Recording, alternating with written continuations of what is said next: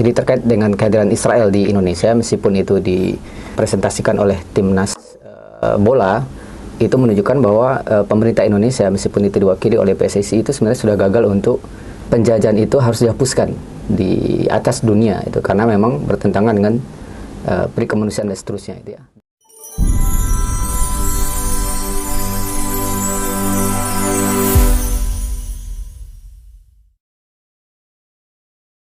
Assalamualaikum warahmatullahi wabarakatuh. Assalamualaikum warahmatullahi wabarakatuh. Teman-teman semua, ini adalah Majelis Ustadz Tuanku Kayu ya. Jadi majelis yang membahas permasalahan-permasalahan yang ada di tengah umat, terutama di Indonesia apapun di dunia pada saat sekarang ini, dengan Ustadz kita, Ustadz Rozi Safiri Tuanku Kayu, dan beliau adalah ulama dan juga tokoh di Sumatera Barat ini, insya Allah, tokoh Minangkabau.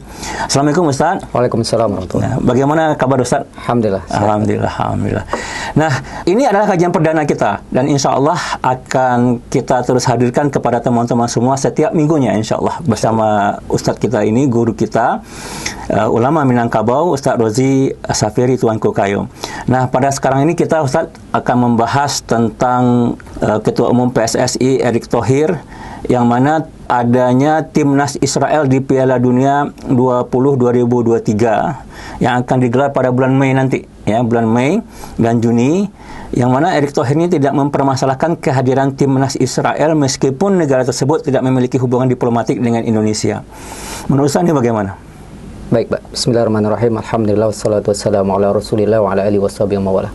Jadi terkait dengan kehadiran Israel di Indonesia, meskipun itu dipresentasikan oleh timnas bola, itu menunjukkan bahwa pemerintah Indonesia, meskipun itu diwakili oleh PSSI, itu sebenarnya sudah gagal untuk penjajahan itu harus dihapuskan di atas dunia itu, karena memang bertentangan dengan pri kemanusiaan dan seterusnya itu ya. Dan sudah sangat jelas faktanya bahwa Israel itu adalah negara penjajah. Maka seharusnya Indonesia sebagai negara yang juga punya pengalaman dijajah harus memposisikan Israel itu sebagai negara penjajah, maka wajib untuk menolak keberadaan Israel untuk hadir di Indonesia. Itu dulu yang penting pertama yang harus disikapi ya. Tapi jadi wajib kita tolak gitu ya, wajib. Karena dia sebagai negara penjajah ya. Sebagai negara penjajah. Berarti secara konstitusi itu sudah menyalahi secara konstitusi gitu ya. Iya, justru tindakan penerimaan dari timnas Israel tadi itu justru malah menunjukkan pemerintah Indonesia sedang mempertontonkan pelanggaran terhadap konstitusi itu sendiri. Terhadap konstitusinya sendiri gitu. Ya. Nah, itu dari segi konstitusi ya Ustaz ya. Bagaimana menurut Ustaz sebagai kita ini Indonesia ya merupakan negara muslim terbesar di dunia.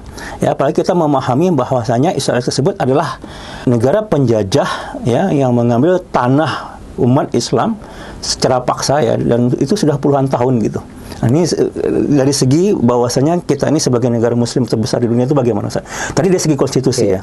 Makanya para ulama itu menjelaskan bahwa hubungan negeri kaum muslimin dengan negara penjajah itu harusnya adalah dalam konteks hubungan perang, ya, dalam alaqatul harbiyah, ya. Makanya tidak boleh ada satu kesepakatan damai apapun atau kesepakatan apapun terkait dengan negara penjajah tersebut, gitu. Karena sudah jelas-jelas tadi seperti yang disinggung oleh Pak Ardi, sudah mencaplok tanah kaum muslimin yang merupakan tanah Kharijiyah yang ditaklukkan di masanya Khalifah Umar bin Khattab pada tahun ke-15 Hijriah. Nah, Ustaz, berikutnya ya, kita kan tahu ya kalau saat sekarang ini dengan ada nation states ya, negara-negara bangsa gitu kan, permasalahan itu kan diselesaikan melalui PBB. Dan ini resolusi PBB ini mungkin sudah ratusan ya atau banyak gitu. Dan biasanya kalau permasalahan, kalau dulu kan kita menolak nih, umat Islam Indonesia menolak Israel ya, udah jelas ya, kita berdemo gitu ya, kalau ada permasalahan di Palestina itu umat Islam Indonesia pasti demo itu, pasti menolak dengan keras. Tapi sekarang kan diadakan seolah-olah menerima mereka ya. Nah, kemudian juga biasanya kalau ada demo ya, penolakan itu nanti solusinya ya kita menuntut PBB ya agar misalnya menekan Israel. Menurut saya itu bagaimana? Baik, betul bahwa memang PBB sudah mengeluarkan banyak resolusi untuk menentang agresi Israel, tapi resolusi itu semuanya mandul, tidak punya pengaruh apapun dalam menghentikan tindakan brutal dan biadabnya Israel. Ya, ini menunjukkan bahwa PBB ini sebenarnya adalah alat politik dari Amerika yang notabene-nya itu adalah jadi pelindung dari Israel. Bahkan PBB itu sendiri yang membidani lahirnya Israel itu sendiri 1947 gitu. Ketika kemudian Israel pada saat itu bisa mencaplok tanah Palestina lebih dari 55%. Bahkan kemudian Amerika sendiri yang yang katanya itu adalah pionir dari lahirnya PBB itu, justru malah dengan tegas itu, misalnya kalau kita kutip ya pernyataan Obama dalam satu forum AIPAC itu ya, forum semacam komite umumnya Amerika Israel ya 2009, itu menyatakan dengan tegas bahwa saya berjanji gitu, kira-kira kalimat tepatnya begitu ya, saya berjanji kepada kalian Israel bahwa saya tidak hanya akan melindungi keamanan Israel, tapi juga akan menjamin ya rakyat Israel untuk maju dan makmur mewujudkan mimpinya 60 tahun yang lalu. Bahkan dalam satu kutipan berikutnya dia katakan bahwa siapapun mengancam kepentingan Israel itu sama saya mengancam kepentingan Amerika. Lalu apakah kemudian layak kita ini berharap sama PBB yang membidani lahirnya Israel, atau berharap sama Amerika yang notabene-nya menjamin seluruh keamanan kepentingan Israel? Jadi itu sesuatu yang cara berpikir yang sangat bodoh dan keliru gitu ya. Ya, jadi Amerika sendiri sudah menjamin dia untuk menjaga kepentingan Israel gitu ya. Maka wajar saja tidak ya, maupun sampai ribuan atau jutaan resolusi pun juga nggak akan ada hasilnya. Tidak akan ada hasilnya. Kan berarti kita memerlukan solusi yang lain, Ustaz. Betul. Tidak bisa kita solusinya dengan solusi lewat PBB ya. Ya. Solusi Islam bagaimana, Ustaz, dalam masalah ini? Baik, jadi faktanya hari ini bahwa tanah kaum muslimin dicaplok oleh Israel, bahwa kaum muslimin di Palestina hari ini tengah dihadapkan kepada tindakan brutal dan biadab oleh Israel, baik itu pembantaian, pembunuhan, penyiksaan macam-macam gitu ya. Dan mereka sudah terus-menerus meminta pertolongan kepada kita, ya saudara-saudara kaum muslimin, baik yang dekat maupun yang jauh. Maka tentu konsekuensi dari permintaan tolong dari saudara kita wajib menolong. Dan itu sejalan dengan perintah Allah dalam Quran surat Al-Anfal ayat 72. Allah menegaskan kalimat wa ini stansarukum fiddin fa'alikumun nasru. Maka jika saudara kamu itu, mereka itu meminta pertolongan kepada kamu dalam urusan agama, fa'alikumun nasr, maka wajib bagi kamu menolong. Jadi kata Imam Ibnu Katsir dalam tafsirnya, fa innahu wajaba 'alaikumun nasr, maka sesungguhnya wajib bagi kalian menolong saudara kalian, liannahum akhukum fiddin, karena mereka itu ikhwanukum fiddin, saudara kalian dalam urusan agama.